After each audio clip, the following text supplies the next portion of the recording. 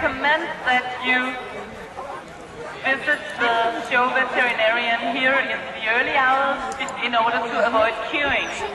So please do it as early in the day as possible.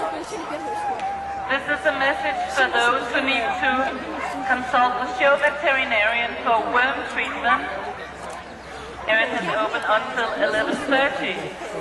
Please consult the show veterinarian as early in the day as possible to avoid queuing. This is only a message for those who need worm treatment in order to travel back to, for example, Britain, Sweden or Norway.